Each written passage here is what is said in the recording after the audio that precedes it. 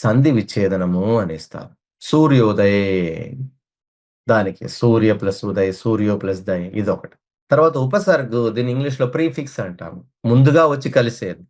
ఇందుట్లో నిడర్ బాలకథ అన్నాము. నిడర్‌లో ఉపసర్గ ఏమిటి? ని. అలాగే ఏడవ బిట్ వచ్చేసి సఫిక్స్‌కి సంబంధించింది. సాక్షరతలో ప్రత్యయం ఏమిటంటాడు? గోదావరి ప్రసిద్ధ నది. ప్రసిద్ధ దానికి వ్యతిరేక పదం ఏంటి? వార్షిక అనేటువంటి దాంట్లో ప్రత్యయం ఏమిటి? ఈద్ అనేటువంటి దానికి పర్యాయ శబ్దం ఏమిటి?